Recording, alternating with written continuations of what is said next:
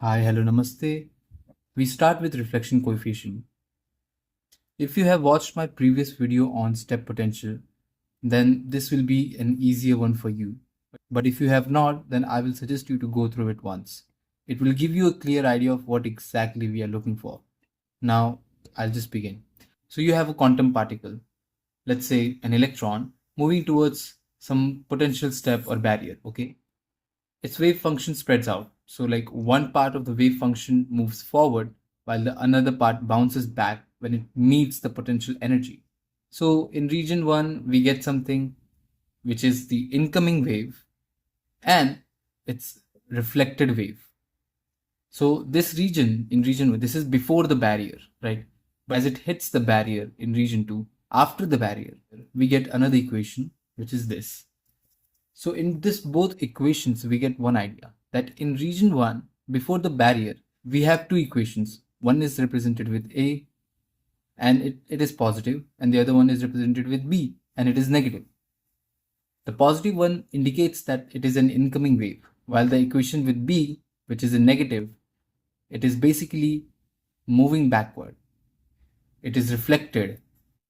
What does reflection coefficient even means is that it tells you how much of the incoming probability flux gets reflected back from the potential change, which is given by reflected probability current by the incident probability current, which is given in this final form. So R is not some random ratio of constants, literally like how much of the wave comes back compared to how much went in, which further means that if R is equals to 0, it means that no reflection or nothing has been reflected. Nothing reflected. If nothing has been reflected, we come to the conclusion that there has been a perfect transmission, which means that perfect transmission.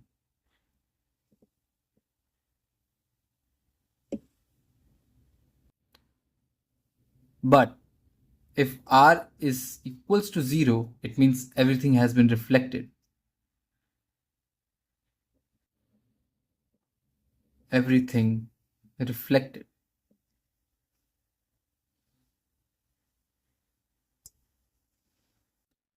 Which means, in conclusion, we can say that the step acts as wall.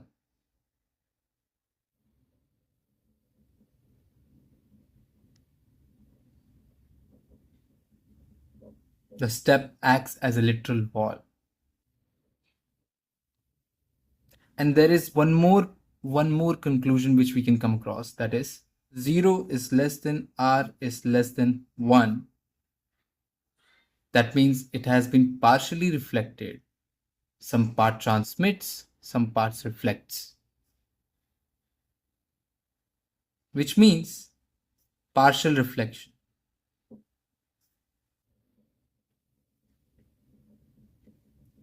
Some transmitted and some reflected. We can come to the conclusion that the reflection coefficient R measures how much of the quantum wave gets bounced back when it meets a change in the potential. Now we will solve for the equation. Now we will begin with the mathematical part or the algebraic part explicitly. So it begins that first we take the region 1 equation which we solved for in our last video, where region 1 where x is less than 0, which means psi of 1 of x is equals to a e raised to I k1x plus b e raised to minus I k1x, in which we can say that k1 is equals to root 2m e by h cut. In region 2 where x is greater than 0, we come to this equation that psi 2 of x is equals to c e raised to I k2x, where here our k2 is basically root 2m e minus v naught by h cut. Now we are applying boundary condition at x is equals to 0. So we apply boundary conditions at x is equals to 0. That means at x in this equation and this equation, we apply 0, and in this equation as well, we apply 0 at the place of x. This becomes 1, this becomes 1, this becomes 1, which can be written as a plus b is equals to c, and I will write this as equation 1. For this part, we get this, but for this part, we get something like this, that psi 1 dash of x is equals to I k1 a e raised to I k1 x minus I k1 b e raised to minus I k1 x. Psi 2 dash of x is equals to I k2 c e raised to I k2 x. Now we can take this common, where we are left with I k1 of a minus b is equals to I k2 of c. Why did we get this? Because we took the condition of x is equals to 0, and I did say that this becomes 1, this becomes 1. So in a way, if we differentiate it and then we put the condition in which we get this equals to 1 and this equals to 1. So if we differentiate it, then we get the values as something like this. Because we have put the condition, we get this. So this becomes our equation 2. Now we can just divide this equation by I to simplify it, where I is our non-zero, and we know that. So k1 a minus p is equals to k2 c. We simply divided this equation. I'll just write it, divided by I, and I will write this equation as equation number 3. So equation 1 and equation 3 will be the handy equation to solve this further.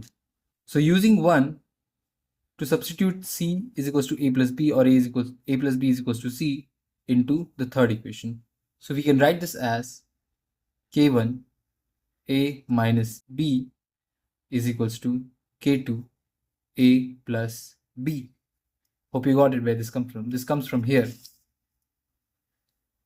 So if we further multiply this, this becomes k1 a minus k1 b is equals to k2 a plus k2 b.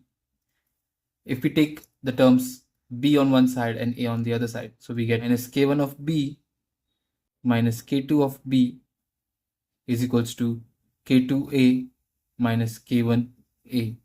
And we can take things as common, like b from this side, and we factor this, and we get this, and we can factor this as well, we get this.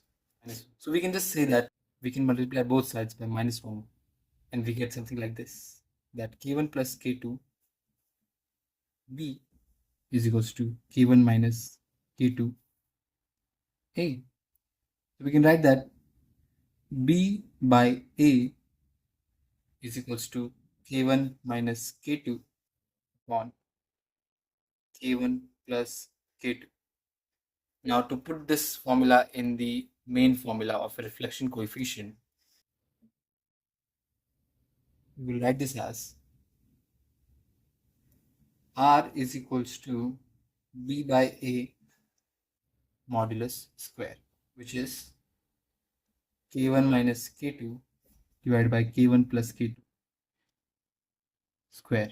So this is our equation for E greater than V naught. We keep our equation like the way we have written it. We just keep it the way it is. So if you look closely, the entire expression is real. There are no i's here, so no complex terms, so no imaginary parts. So when we take the magnitude squared to get reflection coefficient, it's redundant because of the real numbers. So let's say you take x square, modulus of square, so you get x square. So we just keep it the way it is. I've just written this for the understanding. Now we solve for E less than V naught, where here in region 1, where x is less than 0, we get psi of 1 of x is equals to a e raised to I k x k1 plus b e raised to minus I k1 x, where once again our k1 is equals to root 2 me by h cut. Region 2, where our x is greater than 0, our psi 2 of x is c e raised to minus kappa x. This is kappa, and I have given you the reason why we write kappa in the previous video. So I will suggest you to go for it, and if you know it, then it's good. So we write kappa is equals to root 2m v naught minus e by h cut. We once again apply boundary condition and then derivation. So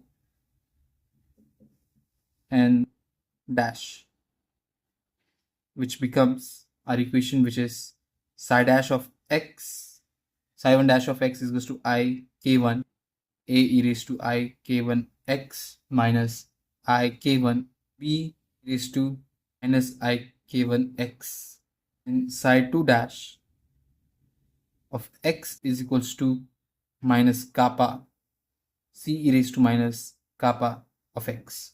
Based on this, our equation becomes I k1 a minus b is equals to minus kappa of c, because we have applied the boundary conditions. This becomes our equation 2. Once again, put the value of c, which is from here in this equation. We put the value of c here, which is a plus b. Over here, we get this equation, which is I k1 a minus b is equals to minus kappa a plus b, which we can rearrange once again and multiply things inside.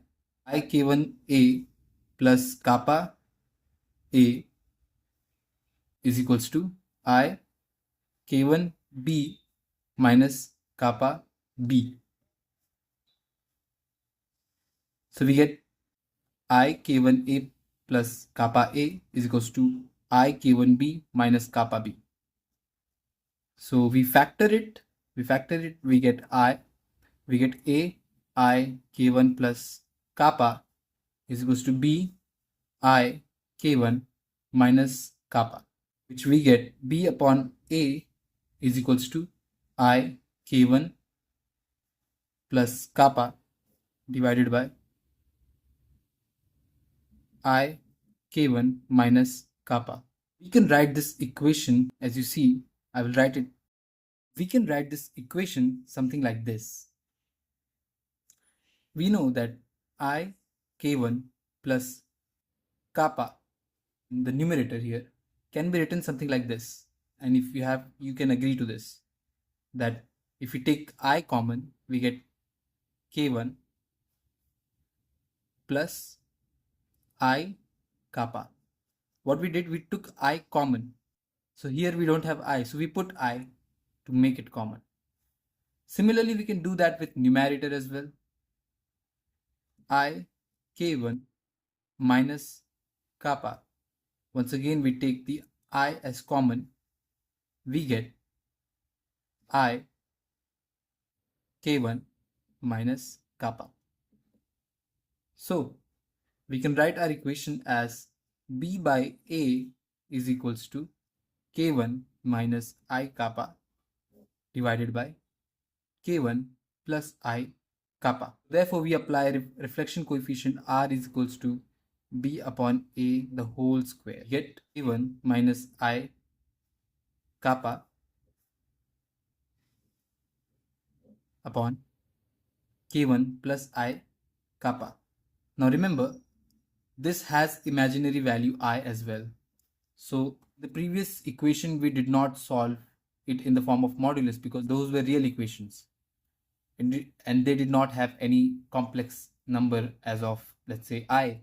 But here we have I, and we know how it works when it comes to complex numbers. So we simply solve it in this way, which is k1 square plus kappa square divided by k1 square plus kappa square.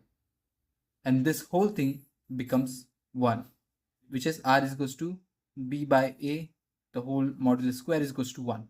Why r is equals to 1 here?